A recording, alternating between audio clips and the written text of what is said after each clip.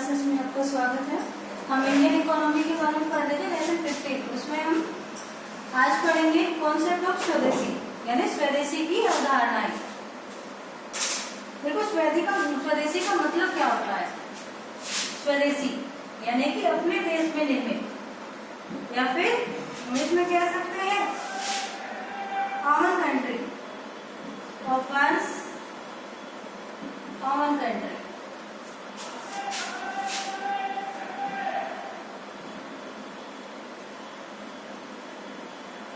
यानी कि जो हमारे देश का हो या फिर हमारे देश में निर्मित है, वो सब चीजें क्या होती है, स्वदेशी। जिस कॉन्सेप्ट को देखो सबसे ज्यादा तो ये सबसे इफेक्टिव है ये हमारे देश में। फिर क्यों? क्योंकि इसकी स्ट्रेंथ यानी कि लोगों में इकोनॉमिक कंडीशन को डेवलप करने के लिए इसकी सबसे ज्यादा आवश्यकता थी हमको। क्यों? क्योंकि हम हमारे ही देश में बना हुआ सामान है उसी को अपनाएं तो हम हमारी इकोनॉमी की स्थिति को भी डेवलप कर सकते हैं। और एक क्यों ग्लोबलाइजेशन के एज में ये सबसे ज्यादा जरूरी है, जहाँ पर वैश्वीकरण हो रहा है, यानी कि बाहर की कंपनियां भी बहुत सारी आ रही हैं जो व्यापार करती हैं, यहाँ से भी लोग जाते हैं, तो उसमें इस कॉन्सेप्ट को सबसे ज्यादा इफेक्टिव बनाना हमारा मुख्य उद्देश्य है। इंडिया में सबसे पहले स्वदेशी का 19वीं सेंचुरी में, यानी कि इसका 1990 में ग्लोबलाइजेशन के समय में इसकी शुरुआत हो गई थी स्वदेशी की। सबसे पहले महात्मा गांधी ने स्वदेशी शब्द अपनाया। उन्होंने अपने देश में निर्मित सामान को यूज करने के लिए लोगों को प्रोत्साहित किया। और हमारे इंडियन वॉर में, इंडिपेंडेंस वॉर में इसने मुख्य भूमिका निभाई सबसे ज्यादा, क्योंकि लोगों के जो कंपनी थी ईस्ट इंडिया कंपनी द्वारा यहाँ पर सारे उद्योगों वगैरह को नष्ट कर दिया गया था। अब उनको पुनर्वास करना था। हमारे यहाँ की इकोनॉमिक कंडीशन को सुधारने के लिए, यहाँ के उद्योगों को प्रोत्साहित करने के लिए हमें क्या करना था, स्वदेशी अपनाना था। यानी कि हमारे देश के रोजगारों को, उद्योगों को प्रोत्साहन देना था। और वो कब होगा? जब हम हमारे देश में निर्मित चीजों को खुद अपनाएंगे। और महात्मा गांधी ने इंडिपेंडेंस वॉर में इसे एक वेपन की तरह यूज किया, यानी कि हथियार की तरह, ताकि लोगों को जागरूक किया जा सके और लोगों को सेल्फ रूल यानी कि खुद का शासन, सेल्फ डिपेंड बनाया जा सके, ताकि वो सेल्फ रिलायंट हो सके। लोगों को सेल्फ डिपेंड बनाने के लिए या फिर सेल्फ रिलायंट बनाने के लिए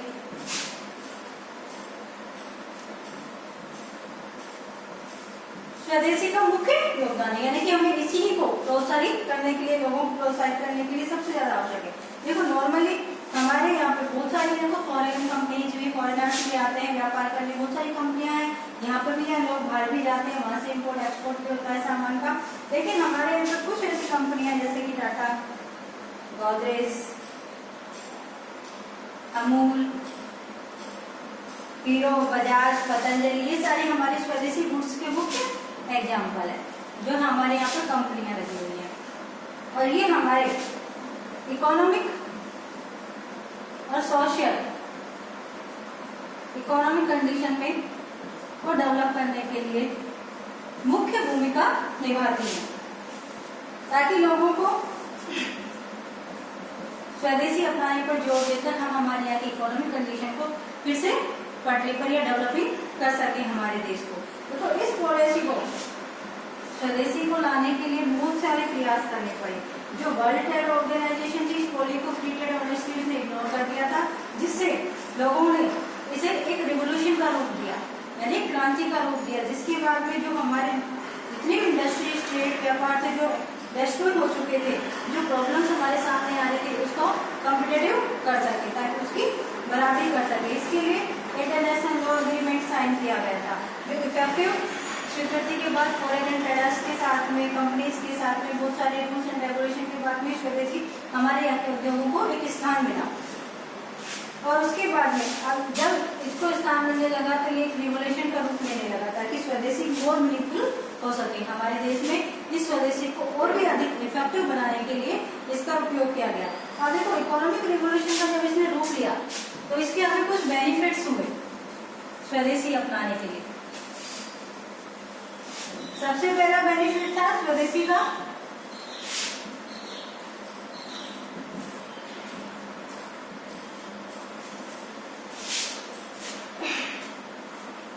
demand of goods and produce by Indian industry increase, जो हमारे यहाँ की इंडस्ट्री थी उसमें स्वदेशी सामान की प्रोडक्टिविटीज और उत्पादन क्षमता को बढ़ाया गया ताकि लोगों में लोगों को इसकी अपॉर्चुनिटी मिल सके, हमारे देश का सामान हमारे ही देश में खपत हो सके इसकी, ताकि हमारे यहाँ की इंडियन इंडस्ट्रीज को एक नया जगह या फिर एक नया मुकाम मिल सके।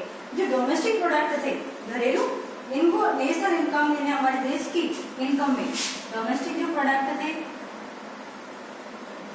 उनको नेशनल इनकम में स्थान मिला।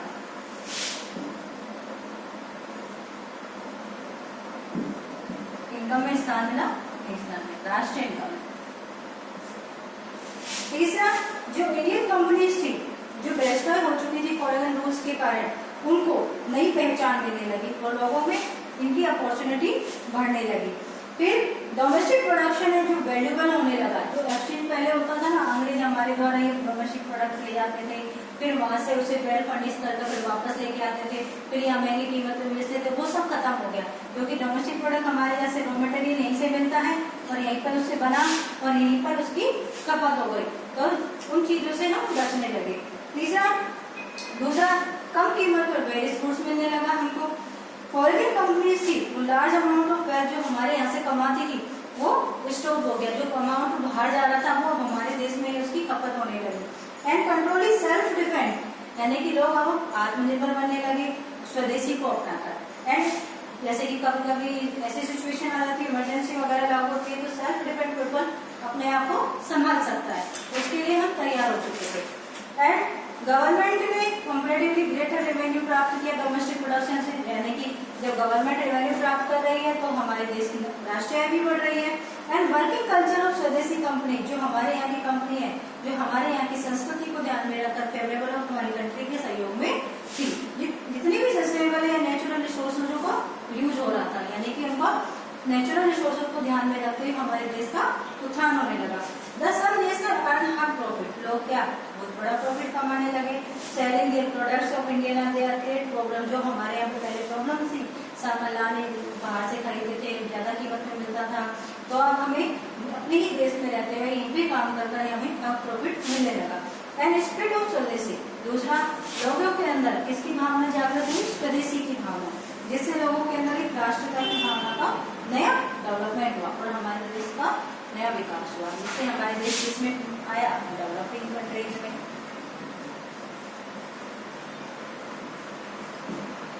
आता है स्किल डेवलपमेंट।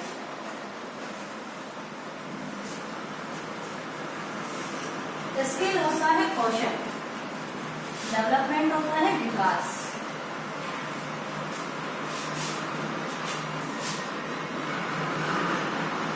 स्किल डेवलपमेंट,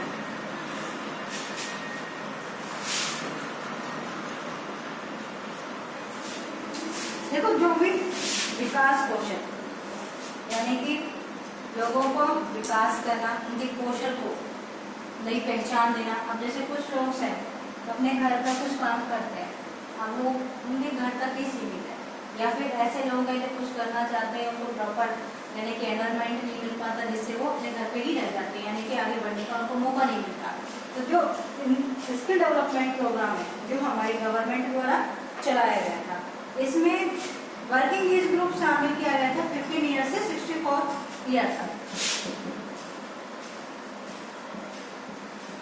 के बीच। जितने भी लोग थे, जैसे कि इसमें health training, education and human capital भी कम रेफर करने के लिए दी जाती थी, जैसे कि कंप्यूटर कोर्स कराए जाते हैं, वीविंग कोर्स कराया जाता है, ब्यूटिशियन का कोर्स कराया जाता है, मशीन सिलाई वगैरह का काम भी कराया जाता है, उसकी ट्रेनिंग दी जाती है। ये सब स्किल डेवलपमेंट के अंतर्गत आता है और इससे लोगों को नई पहचान भी मिलती है। यानी कि हमारे यहाँ की जो पॉपुलेशन है उसमें वर्किंग पॉपुलेशन की संख्या ज्यादा है, जिसमें से हमने 15 ईयर से 64 ईयर तक के बच्चों को यानी कि लोगों को वर्किंग पॉपुलेशन में काउंट किया है और इनको क्वालिफाइड करना, डेवलप करना, ताकि ये अपने कौशल का विकास कर सके। इसके लिए मुख्य भूमिका निभाई हमारे गवर्नमेंट। ये प्रोग्राम शुरू हुआ 15 जुलाई 2015 यानी 15 जुलाई 2015 को इसमें गवर्नमेंट ने नेशनल स्किल डेवलपमेंट प्रोग्राम शुरू किया। National skill development programme,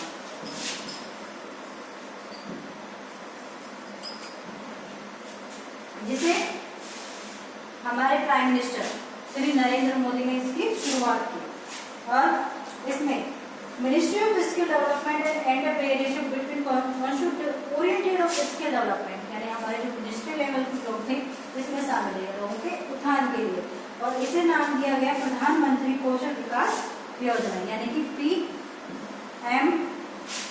PMKVY, प्रधानमंत्री